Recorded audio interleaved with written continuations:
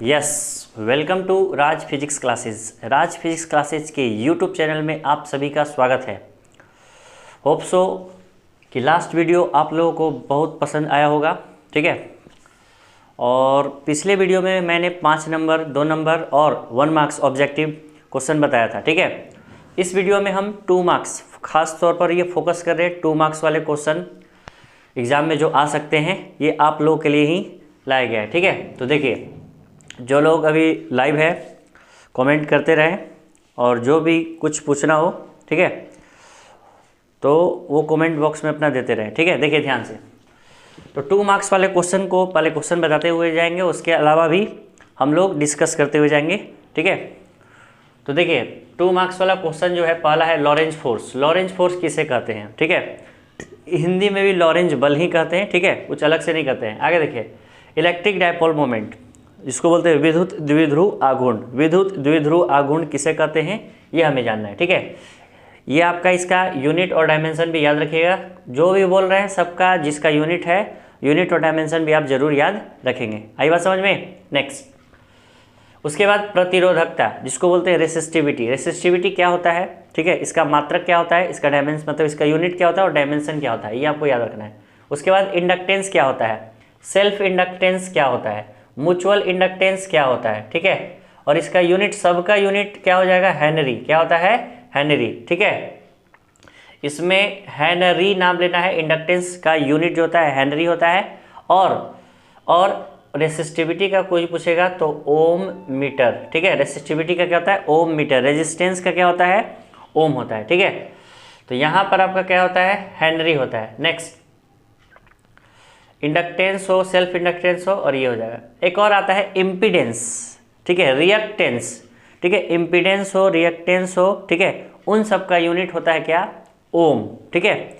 जब कभी भी आप इंडक्टेंस क्या है, रेसिस्ट मतलब इंडक्टर के द्वारा करंट के फ्लो में जो अपोज होता है उसको हम क्या बोलेंगे, इंडक्टिव रिएक्टेंस। कैपेसिटर के द्वारा करंट के फ्लो में जो भी अवरोध होता है उसको हम कैपेसिटिव रिएक्टेंस बोलेंगे, ठीक है।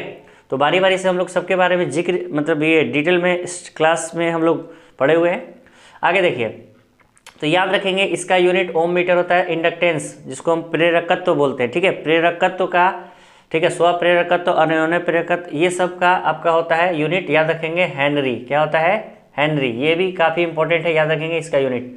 उसके बाद सेल्फ इंडक्टेंस के अलावा हम बताए थे reactance, inductive reactance, capacitive reactance या रिएक्टेंस, ठीक है। ये भी यहाँ पर लिख देते हैं रिएक्टेंस। रिएक्टेंस जिसको हम क्या बोलते हैं, प्रतिघात। एक होता है प्रेरणीय प्रतिघात, जिसको अभी याद आ जाएगा, एक्सएल और एक्सी। ये क्या है, ये आपका क्या है, धारितीय प्रतिघात, और ये है प्रेरणीय प्रतिघात, ठीक है। इन सब का यूनिट आपको पता है, सबके लिए ओम। क्या है, क्या याद रखना है, ओम, ठीक है।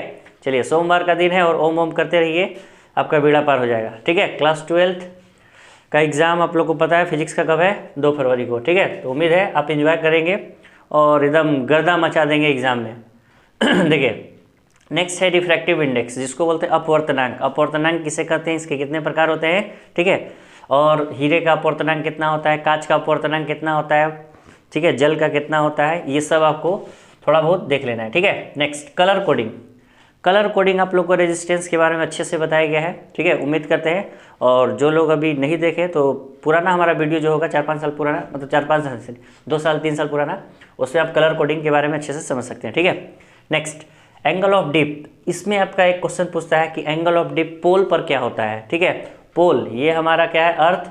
अब यहाँ बोलता है एंगल ऑफ डिप क्या होता है, तो याद रखेंगे यहाँ पर 90 डिग्री और इक्वेटर आपका ई मतलब यहाँ पर आपका 0 डिग्री होता है। तो आपको याद रखना है, यानी भूमध्य पर पूछेगा नमन कोण कितना होता है, 0 डिग्री, ठीक है। ध्रुव पर कितना होता है, तो 90 डिग्री आपको बोलना है, ठीक है। नेक्स्ट, वेव फ्रंट किसे कहते हैं, ठीक है। वेव फ्रंट किसे कहते हैं, वेवलेट किसे कहते हैं, हिंदी में बोलते हैं तरंगाग्र किसे कहते हैं, तरंगिकाएँ किसे कहते हैं। ये सब 2 नंबर में एकदम इम्पोर्टेंट है। नेक्स्ट, डाई इलेक्ट्रिक मटेरियल, ठीक है, ये डाई इलेक्ट्रिक किसे कहते हैं, इसके बारे में, ये कौन, इसकी डिपेंडेंसी क्या क्या है, ये सब आपको पूछा जा सकता है, ठीक है। उसके अलावा आपका अपसाइलन नोट का यूनिट, अपसाइलन नोट का डायमेंशन, अपसाइलन आर क्या है, ये सब चीज़ आपको याद रखना है, ठीक है। नेक्स्ट है सेमीकंडक्टर। सेमीकंडक्टर किसे कहते हैं, आप लोग को बताया गया था। सेमीकंडक्टर वैसे डिवाइस होते हैं जो कुछ मेटल की तरह बिहेव करते हैं, सॉरी कुछ कंडक्टर की तरह बिहेव करते हैं, कुछ इंसुलेटर की तरह होते हैं, ठीक है। लेकिन जिसकी कंडक्टिविटी इंसुलेटर से ज़्यादा और रेसिस्टिविटी इंसुलेटर से कम होती है, ठीक है, उसको हम क्या कहते हैं, सेमीकंडक्टर कहते हैं, ठीक है। नेक्स्ट फॉरवर्ड और रिवर्स बायसिंग, आपको बताया गया था बायसिंग। बायसिंग क्या होता है, the method of connecting EMF, यानी किसी क्या कहते हैं हम लोग, किसी सेमीकंडक्टर में हम क्या करते हैं, किसी ईएमएफ को लगाते हैं, तो यह प्रक्रिया क्या कहलाता है, बायसिंग, जिसको हम हिंदी में क्या बोलते हैं, बायसिंग, फॉरवर्ड बायसिंग और रिवर्स बायसिंग, ठीक है। हिंदी में इसको बोलते हैं, एक मिनट, अभिनति। अभिनति किसे कहते हैं, तो हम क्या कहते हैं, बैटरी जोड़ते हैं, ठीक है, सेमीकंडक्टर में, ये एन टाइप और पी टाइप, सॉरी ये आपका, हम क्या करते हैं, हम सेमीकंडक्टर में यानी एन टाइप पी टाइप में हम क्या करते हैं, बैटरी को कनेक्ट करते हैं, ठीक है, बैटरी को कनेक्ट करते हैं, यही प्रोसेस आपका क्या कहलाता है, बायसिंग, अभिनति कहलाता है। अगर हम सीधा सीधी जोड़ेंगे, मतलब एन क्रिस्टल को निगेटिव क्रिस्टल से, बैटरी के निगेटिव क्रिस्टल से, और पी टाइप के क्रिस्टल को पॉजिटिव टर्मिनल से जोड़ते हैं, तो इसको हम फॉरवर्ड बायसिंग बोलते हैं। अगर हम क्या करते हैं, एन को पी से, मतलब एन क्रिस्टल को हम क्या करते हैं, पॉजिटिव से, और पी क्रिस्टल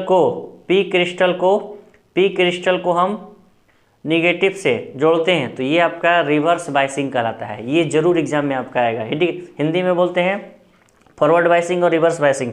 हिंदी में इसको क्या बोलते हैं, बाह्य अभिनति और पश्च अभिनति। बाह्य अभिनति में क्या होता है, बैटरी को, मतलब पी टाइप और एन टाइप सेमीकंडक्टर होता है, अर्धचालक होता है, तो पी क्रिस्टल को बैटरी के पॉजिटिव यानी धन सिरे से जोड़ा जाता है, और एन क्रिस्टल को निगेटिव क्रिस्टल से जोड़ा जाएगा, तब इसको हम क्या कहेंगे, फॉरवर्ड मतलब बाह्य अभिनति। और पश्च अभिनति मतलब उल्टा हम लोग जोड़ते हैं। पश्च अभिनति में हम क्या करते हैं, बैटरी को उल्टा जोड़ते हैं, ठीक है। Next, or gate, and gate, not gate. Starting में इसका वीडियो अच्छे से बनाया हुआ आपको मिलेगा, ठीक है। और गेट क्या होता है, इसका डायग्राम, इसका सिंबल, इसका बुलियन एक्सप्रेशन, ठीक है, और इसका ट्रूथ टेबल, सत्यता सारणी जरूर आप बनाएंगे।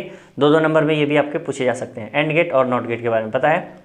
अब आगे देखिए, मैग्नेटिज्म का सबसे इंपॉर्टेंट क्वेश्चन क्या है, अर्थ मैग्नेटिज्म और डाई मैग्नेटिक, पैरामैग्नेटिक, फेरोमैग्नेटिक। इसका आपको डिफरेंस काफ़ी अच्छे से बताया गया है, या उम्मीद करते हैं, या टाइम मिलता है हमको तो हम अगले वीडियो में आप लोगों के लिए जरूर बनाएंगे, ठीक है। डाई मैग्नेटिक, पैरामैग्नेटिक, फेरोमैग्नेटिक, ये अभी आप नहीं पढ़े तो जल्दी से पढ़ लीजिए, इससे क्वेश्चन आना ही आना है, ठीक है। उसके बाद इसी से रिलेटेड है क्यूरी का नियम, तो क्यूरी का नियम भी आप लोग पढ़ लेंगे, ठीक है। नेक्स्ट, किरचॉफ का नियम काफ़ी इंपॉर्टेंट है, लिख लीजिए, एकदम आने वाला है। केसीएल, केवीएल, ठीक है, केसीएल और KVL, Kirchhoff's current law, Kirchhoff's voltage law. Kirchhoff's current law को हम जंक्शन लॉ कहते हैं, और केवीएल को वोल्टेज लॉ भी कहते हैं। इसको हम लूप का नियम भी कहते हैं, ठीक है, बंद पास का नियम भी कहते हैं। केसीएल को किरचॉफ्स करंट लॉ, धारा का नियम कहते हैं, जंक्शन लॉ कहते हैं, ठीक है, याद रखेंगे ये चीज़। नेक्स्ट, ये सब 2 नंबर में काफ़ी इंपॉर्टेंट क्वेश्चन है, और भी क्वेश्चन है, लेकिन अभी जो आपको रिकॉल कराएगा बस इतना अभी ध्यान दे दीजिएगा, ठीक है। इसके अलावा भी आपको बताएगा फोटो इलेक्ट्रिक इफेक्ट क्या होता है, ठीक है, फोटो इलेक्ट्रिक इफेक्ट। उसके बाद आइंस्टीन फोटो इलेक्ट्रिक इक्वेशंस, ये भी इंपॉर्टेंट है, 2 मार्क्स में ये भी आपसे पूछे जा सकते हैं, ठीक है। उसके बाद डी ब्रोगली वेव क्या होता है, मैटर वेव इसी को बोलते हैं, डी ब्रोगली वेव या मैटर वेव क्या होता है, ये आपको पढ़ कर जाना है, ठीक है। डी ब्रोगली पदार्थ, ठीक है, डी ब्रोगली साइंटिस्ट है, उन्हीं के रिस्पेक्ट में आपका नाम रख दिया गया है। अब आगे देखिए, ऑब्जेक्टिव वाले कुछ स्क्रीनशॉट अपने माइंड में कर लीजिए। अगर ऑब्जेक्टिव में इस प्रकार से दिखता है तो सोचिए कि आंसर यही है, ठीक है, इसका टैग आंसर है, मतलब ये जब देखेगा एकदम पॉजिटिव रिस्पॉन्स वाला आंसर है, ठीक है। तो L बराबर NH/2π, ये L क्या है, तो एंगुलर मोमेंटम है। एंगुलर मोमेंटम जो होता है NH/2π होता है। नेक्स्ट, किलोवाट आवर किसका यूनिट होता है, क्वेश्चन पूछा हुआ है बहुत बार, सबसे अधिक बार क्वेश्चन पूछने वाला यही है। 1 किलोवाट आवर जो होता है वो आपका 3.6 × 10⁻6 जूल के बराबर होता है, ठीक है। नेक्स्ट, 1 इलेक्ट्रॉन वोल्ट किसका यूनिट होता है, इलेक्ट्रॉन वोल्ट किसका यूनिट होता है, तो आपको बताना है इलेक्ट्रॉन वोल्ट किसका यूनिट होता है, तो आपका एनर्जी का, ठीक है। उसके बाद आगे देखिए अपसाइलन आर, ठीक है, मतलब माध्यम का परावैद्युतांक, सॉरी माध्यम का नहीं, धातु का परावैद्युतांक, मेटल का कितना होता है, रिलेटिव परमिएबिलिटी, परमिटिविटी, तो आपको याद रखना इनफाइनाइट होता है, ठीक है। मेटल का कितना होता है, इनफाइनाइट, धातु का अनंत होता है, ठीक है। नेक्स्ट एंगल ऑफ डिप, पोल पर एंगल ऑफ डिप कितना होता है, 90 डिग्री, ये भी रट जाइए, बहुत बार आया हुआ क्वेश्चन है। नेक्स्ट इक्वेटर पर क्या होता है, मतलब भूमध्य पर क्या होता है, तो जीरो होता है, भूमध्य पर क्या होता है, जीरो होता है। आगे देखिए ये भी क्वेश्चन आपका बार बार स्क्रीनशॉट है, टैग आंसर है। टैग आंसर करने का मतलब ये सब चीज़ बार बार आपको देखने को मिलेगा हर एग्जाम में। F बराबर क्यू वी साइन थीटा, ये क्या होता है, मैग्नेटिक फोर्स का डिफिनेशन है, ठीक है। जब कोई चार्ज पार्टिकल क्या करता है, मैग्नेटिक फील्ड में मूव करता है तो उस पर एक फोर्स लगता है, उसी को हम मैग्नेटिक फोर्स कहते हैं, ठीक है। नेक्स्ट वो किसके द्वारा लगता है, तो मैग्नेटिक फील्ड के द्वारा उस चार्ज पार्टिकल पर क्या लगता है, एक फोर्स लगता है जो v वेलोसिटी से मूव करता है, कहाँ पर, मैग्नेटिक फील्ड में, ठीक है। नेक्स्ट लॉरेंस फोर्स के बारे में बताया है कि लॉरेंस फोर्स होता है वो q v plus q v भी साइन थीटा होता है, अर्थात इसको अगर बढ़िया से लिखा जाता है, ये भी बार बार टैग आंसर है, ठीक है। क्यू और e vector plus v vector cross e vector, ठीक है। उसके बाद आगे देखिए ये सब नया क्वेश्चन है, आप लोगों को पढ़ाया नहीं गया होगा, ये हमको पता है। रेडियो एक्टिव डिके, ठीक है, इसको हम बोलते हैं क्या रेडियो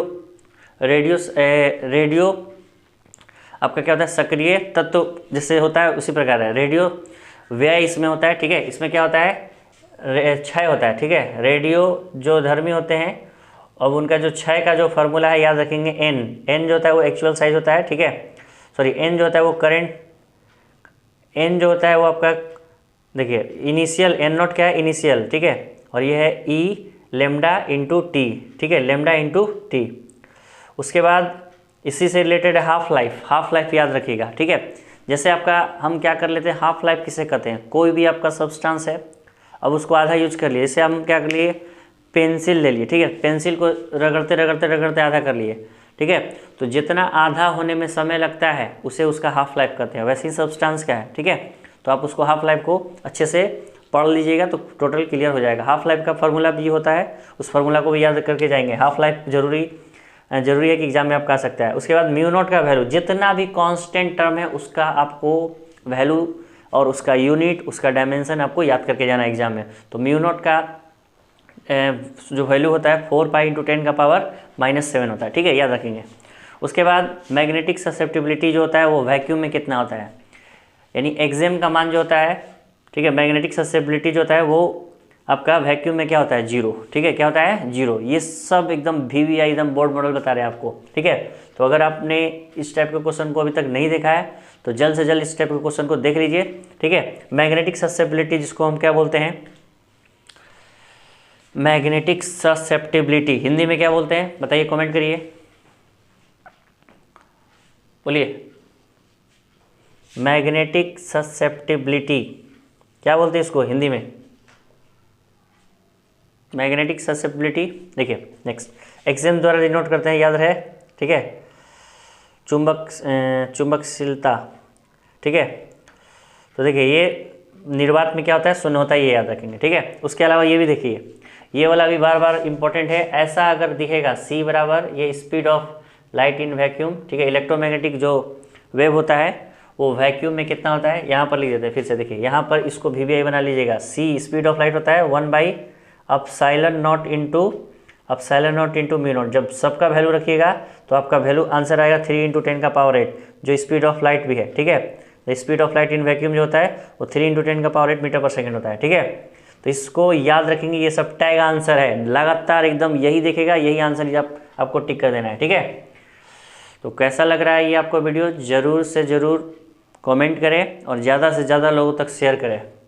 उम्मीद है आप अच्छा स्कोर करेंगे एग्ज़ाम में भी, ठीक है, ताकि आप लोगों के लिए इतना मेहनत किया जा रहा है तो आप लोग भी ज़्यादा से ज़्यादा लोगों तक इसको शेयर करेंगे, ठीक है, ताकि पॉजिटिव रिस्पॉन्स आए तो हम आपके लिए पॉजिटिव और भी अच्छा कुछ करें, ठीक है। और पॉजिटिव रिस्पॉन्स से ही मतलब हम जो है वो आप सब आपकी वजह से हैं, ठीक है। तो जैसा आप रिस्पॉन्स दीजिएगा वैसा ही होता है, ठीक है। चलिए कैसा लगा वीडियो कमेंट करेंगे, थैंक यू।